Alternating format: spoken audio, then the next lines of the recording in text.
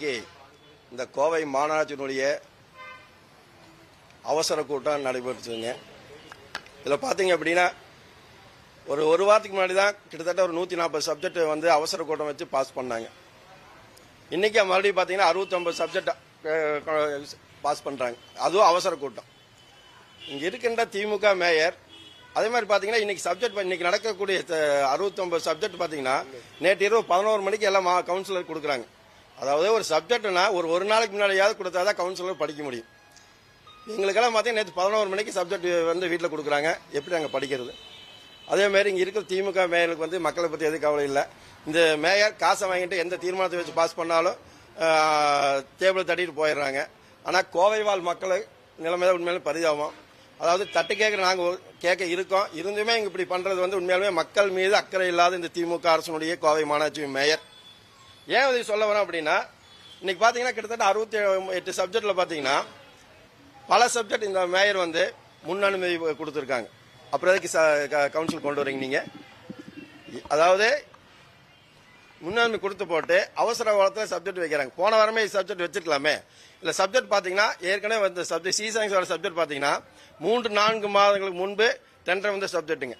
அப்போ இந்த 4 மாசமா ஏன் இந்த ஃபைலில் நிறுத்தி வச்சிருந்தாங்க? எங்களுக்கு என்ன சந்தேகம் அப்படின்னா அப்போ ஏதோ ஒரு கைவிட்டு வாங்குறதுக்கோசரம் கலெக்ஷனுக்கோசரம் இந்த ஃபைலில் நிறுத்தி வச்சிருந்தாங்க இந்த திமுக மேயர். 5 மாதத்துக்கு முன்னாடி பாஸ் பண்ண சாங்ஷன் ஆன டெண்டர் பாஸ் ஆன சப்ஜெக்ட் வந்து இப்போ 5 மாசம் கழிச்சு இப்போ கொண்டு வராங்க. அப்போ இதில் ஏதோ உள்நோக்கம் இருக்க மாதிரி தான் தெரியுது, ஓப்பனாகவே தெரியுது. வேற எதுக்கோ இந்த ஃபைல் நிறுத்தி வச்சுட்டு கான்ட்ராக்டர் வந்து பார்த்துட்டு போன அப்புறம் தான் இந்த சப்ஜெக்டை சாங்ஷன் பண்ணுறாங்க. அவ்வளோ கேவலமான ஒரு நடவடிக்கை இருக்கு. அதே மாதிரி பார்த்தீங்கன்னா இன்னைக்கு இந்த மேயர் பார்த்தீங்கன்னா இன்னைக்கு கொடிசியா ரோட்டில் பார்த்தீங்கன்னா ஒரு 10 கடை ஒரே ஒருத்தருக்கு டெண்டர் கொடுத்துருக்காங்க. அவங்க மாதம் 18 லட்சம் ரூபாய்க்கு டெண்டர் கொடுத்துருக்காங்க. அது பார்த்தீங்கன்னா ஆக்ஷன் விடுறதா கோவை மாநகராட்சியுடைய வழக்கம். அதில் பார்த்தீங்கன்னா இவ்வளோ பெரிய அதாவது தமிழ்நாட்டிலே சிறந்த மாநகராட்சி கோவை மாநகராட்சி இங்கே சொல்கிற மாதிரி எல்லா வசதியும் இருக்கிற இந்த காலகட்டத்தில் நெட்டு வேலை செய்ய அதனால ஆக்ஷன் வைக்கலாம்னு சொல்லி ஒரு சப்ஜெக்ட் கொண்டு வராங்க. இல்லை யாரோ ஒருத்தருக்கு இந்த 10 கடை விற்கணும், இந்த மேயர் விற்கணும், அதுக்கோசம் இந்த மாதிரி டெண்டர் கொடுத்து ஒருத்தருக்கு கொடுக்குறாங்க. அதுவும் வந்து உண்மை கண்டனக்குரியது தான். இன்னைக்கு அதே மாதிரி பார்த்தீங்கன்னா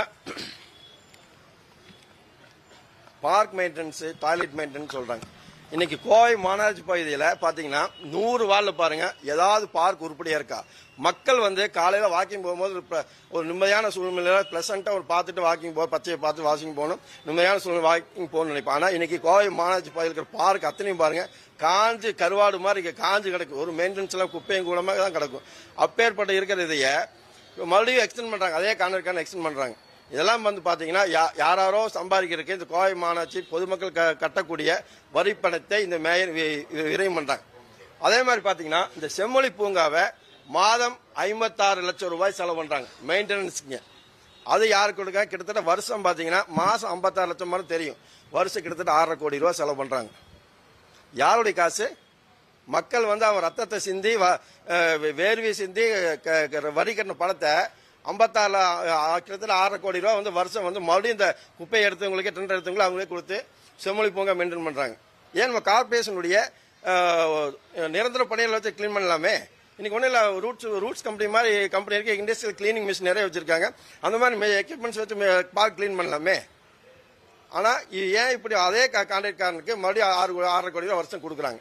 ஏற்கனவே குப்பை எடுக்க 170 கோடி வருஷம் கொடுத்து மறுபடியும் 6.5 கோடி செம்மொழி பூங்காக்கு மட்டும் வருஷம் கிளீன் பண்ண கொடுக்குறாங்க. என்ன அநியாயம் இது?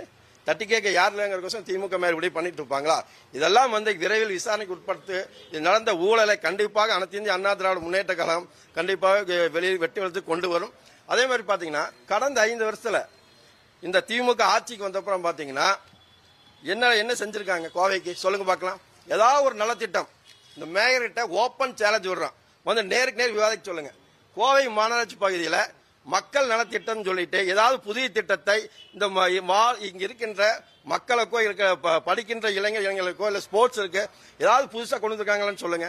ஏற்கனவே இருக்கிறத ரினோவேட் பண்றாங்க ஒழிய புதிதாக ஏதாவது ஒரு திட்டம் வந்து கோவை மாநகராட்சி வளர்ச்சிக்காக இந்த மேயர் கொண்டு வந்திருக்காங்களா? ஓப்பன் டிபேட் கூப்பிட வர சொல்லுங்க பாப்பா, சொல்லுங்க. இவங்க செஞ்ச அதாவது பாத்தீங்க அப்படின்னா அனைத்து இந்திய அண்ணா திராவிட முன்னேற்ற ஆட்சி முடிந்த 2020 பாத்தீங்கன்னா காந்திபுரம் மேம்பாலத்து அண்ணன் SP வேலுமணி அவர்கள் வந்து காந்திபுரம் 100 ஃபீட் பாலத்தில் வந்து ஏறுதளம் இறங்குதளம் அமைக்க கொண்டு வந்தாங்க.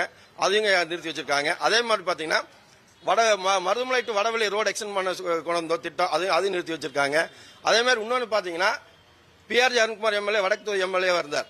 சத்திரோடு விரிவாக்கத்துக்காக 38 கோடி ரூபாய் சாங்ஷன் பண்ணி அடுத்த அண்ணா திராவிட முன்னேற்ற கழக ஆட்சி இருக்கும்போதே கொண்டு சாங்ஷன் பண்ணி கொண்டு வந்தோம். 5 வருஷம் ஆச்சுங்க. அதையும் சாங்ஷன் ஆர்டர் வாங்கிட்டு வந்து பணம் ஒதுக்கீடு பண்ணதுக்கு கூட வேலை செய்ய கையிலாகாத இந்த திமுக திராவிட மாடல் அரசு, இந்த மேயர் தான் இங்க இருக்கிறாங்க ஒழிய கோவை வாழ் மக்களுக்கு இந்த திமுக ஆட்சியினால் என்ன நல்லது நடந்தது? ஒன்றும் நடக்கல.